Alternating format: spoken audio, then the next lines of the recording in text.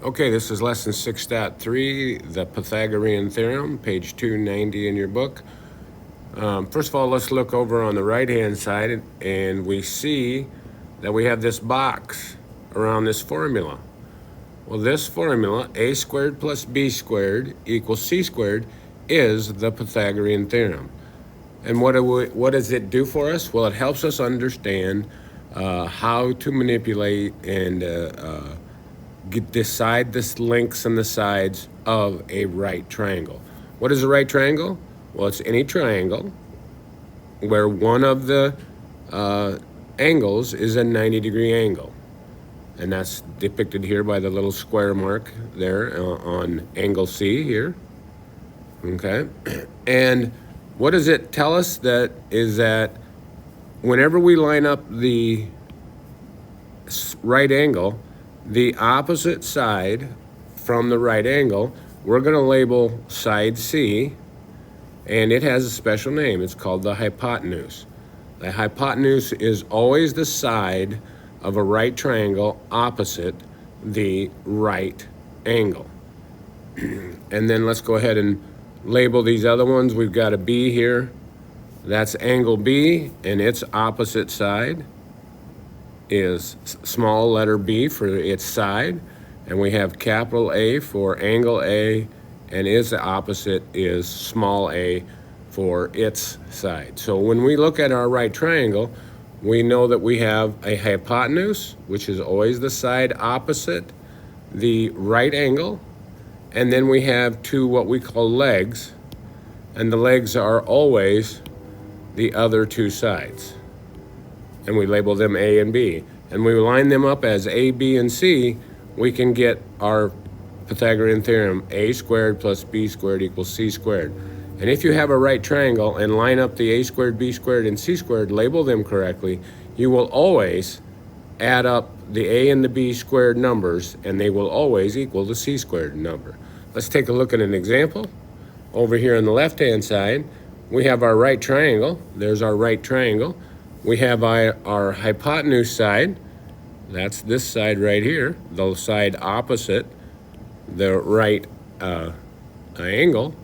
We have our two legs, and we're going to go ahead and mark those. I'll underline them with double underline as our two legs.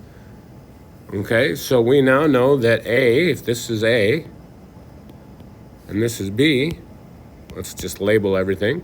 That would make this B, this capital A, and let's put this in red, angle C, and this guy here is, I'm going to rewrite it as C equals 5. So now we've got our A squared right here. Let's just go down a little bit with this. Let's go down one unit there. And let's just rewrite the formula, the a squared, b squared, the Pythagorean theorem. There's a squared plus b squared equals c squared. And you can see that my a value is 3, so I substitute that in there. My b value is 4, substitute that in. And my c value is 5, and they should all add up. Well, 3 squared is 9, 4 squared is 16, and 5 squared is 25. And does 9 plus 16 equal 25? Yes, it does. And we know that by the Pythagorean theorem, that will always be true. That if you have a right angle and right triangle, then the two leg sides, square each one, add them together, will equal to the hypotenuse, the length of the hypotenuse squared. A squared plus b squared equals c squared. Well, how do you use that? You use that to figure out missing information when you know parts of a triangle. For example, what if I want to find out the hypotenuse, the length of the hypotenuse C here? Okay, let's do a quick labeling to make sure we understand our whole thing. There's angle A, there's angle B, and you can see that opposite of our angles, we have side A and side B, and angle C is opposite, or angle C has an opposite side that is side C. So we're going to try and find side C. Well, first thing we notice is that A is a 1, so our A squared is a 1. 1 squared is 1. I'm going to use the same color for B. I'll put an equal sign there. 1 is equal to A, 1 is equal to B. Well, our B squared in our formula is just 1 squared again. 1 squared is just 1. We're trying to find C squared, so we're still looking for C squared here. Finally, we get 1 plus 1 is 2. That equals our C squared function. Okay, and now to get to the square root of C, to get to, from C squared, from this value right here, to get to just C, what we do is we take the square root of both sides of the equation.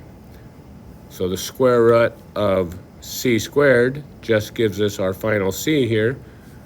We have to take this, because we took the square root of C squared, we have to take the square root of 2, and if you punch that in your calculator, you end up with approximately 1.41. So we would be able to say that C is equal to 1.41, or approximately. And that's units, because that's a length. All right, another example. Let's find the length of the hypotenuse, but this time we're on a coordinate plane. We've got our Pythagorean theorem to start with, and first thing we need to do is find sides A and B. Well, we see that we've got side A labeled here as 8 long and side B labeled as 6 long. Well, let's take a look at A. How did we know it's 8 long? Well, in our coordinate plane, we can take the y values of the 2 points that are associated with the vertical axis here. Okay, and since we know that they are the 2 legs and this is our right angle, we can now take the number 9 minus the number 1, and that gives us 8, and that gave us our A is equal to 8. And on the bottom side, we can take the 6, that is the x value of the bottom, and the x value of the first point on the bottom, and we can say 6 minus 0 equals 6, and that gives us our side there. So the coordinate plane tells us how to measure our triangle. And now we still need to find C. C is the opposite of our right triangle. So this is what we're looking for right here. What is the value to C? Well, we know that by the Pythagorean theorem, we've got 8 squared, which is our A side, plus 6 squared, which is our B side, is going to equal C squared. Well, 8 squared is 64. 6 squared is 36. Add those up, you get 100. They both are going to equal C squared. Once again, we have to take the square root of both sides. Square root of 100 is now going to be equal to C, and 10 is equal to C. So we now know that C is equal to 10. Okay. Now, what happens if we do know the hypotenuse, but we don't know one of the legs? Well, in this example, here's our hypotenuse, and we know the value of our hypotenuse, C. Remember, it's opposite the angle, the right angle, and here's the right angle, okay? We also happen to know that opposite angle A is side A, and we've been given the fact that A is equal to 5. So what they're asking us to find is what's side B. That's the one they're asking us to find. So we take our Pythagorean theorem, lay it out, and we're going to solve for B this time. We know that A is 5, so 5 squared is equal to 25. We know we're looking for B, which is B squared in our formula. And our C value is 13, we got from over here. So 13 squared is 169. I now have to subtract 25 from both sides of my equation. I then get B squared equals 144. I take the square root of both sides, and I'm left with B is equal to 12. So I can come up here and I now know that b is equal to 12. So you can see how we use the Pythagorean theorem right here to calculate one of the legs, not just the hypotenuse. Now let's take a look at a problem where it asks us to find the area of this triangle. And this triangle is not a right triangle. It is not a right triangle, so how do we use the Pythagorean theorem? Well, it's asking for the area of a triangle. Well, I remember that the area of a triangle is 1/2 base times height. Well, what's the base? Well, I take a look at my base of my triangle here. It's going to be 1 plus 1. It's going to be 2. So I can plug the base in to my formula. I know the 1/2, that comes as standard as part of my formula, but I don't know the height. What is the height of my triangle? That's a question mark. I don't know the height. That's where the Pythagorean theorem comes in. I now have to find h, okay? And when I want to find h, I'm going to follow this path down here and do a Pythagorean theorem problem on basically the green part of the triangle, this green triangle. So 1/2 of my original triangle, I'm going to use the Pythagorean theorem to figure it out. In this case, I have a value of 1, okay? And I have a b value of h, and I'll put that in orange here. B is my h value. And then my c value here is in purple, and it's equal to 2. So you can see that I set up my Pythagorean theorem, a squared plus b squared equals c squared. I know that my a is 1. 1 squared is 1. My b value is what I'm looking for, which will give me the height of my original black triangle. So I'm still looking for the b squared. And on the c side, I say c squared, which is 4. Okay, so much like the last problem we did, I end up with 1 plus b squared equals 4, and I have to subtract that a squared, or that 1 value, from both sides. I end up with b squared is equal to 3. I then take the square root of b squared and the square root of 3, and basically the value I found for b is my h value. So I come back up and I substitute in that square root of 3 into my original formula. So I still have my original base, 2, times my new height that I just figured out, square root of 3, and 1/2 times 2 is 1. 1 times the square root of 3 just gives me a final answer of the square root of 3 units squared. And that is the area of my original black triangle all the way around. That is the area of that triangle.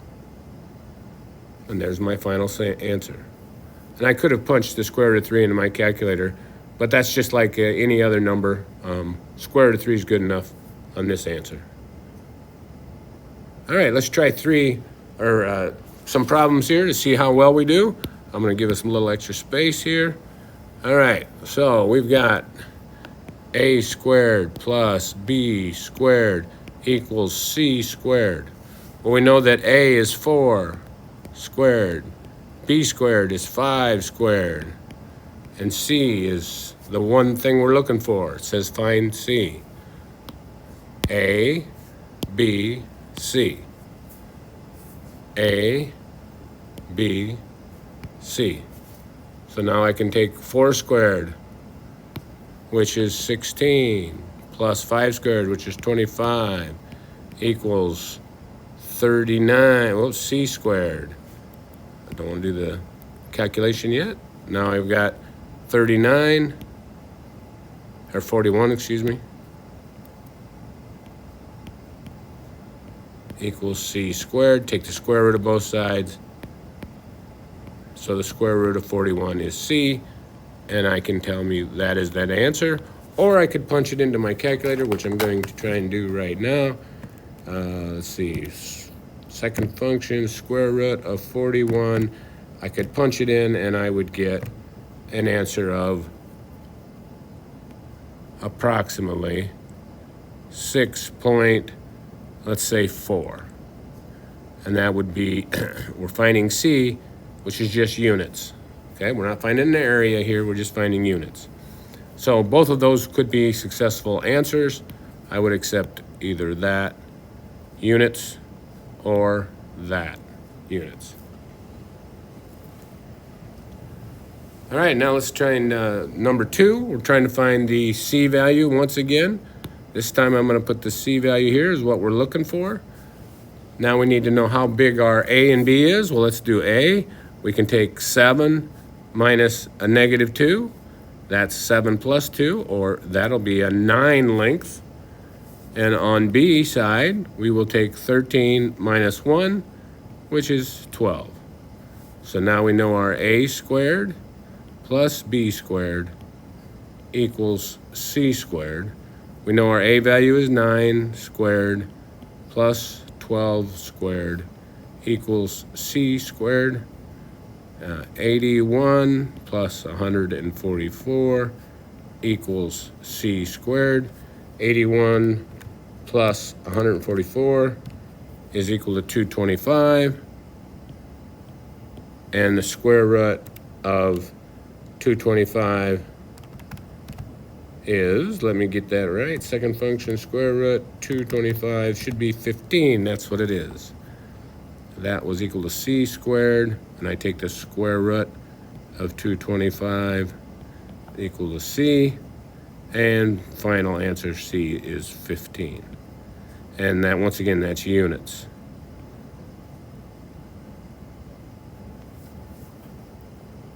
All right, final problem here. It's like the problem we did in the example above. We have been asked to find the area of the large triangle, but we remember that our formula for the area of a triangle is 1/2 base times height, but we don't know the height in this guy.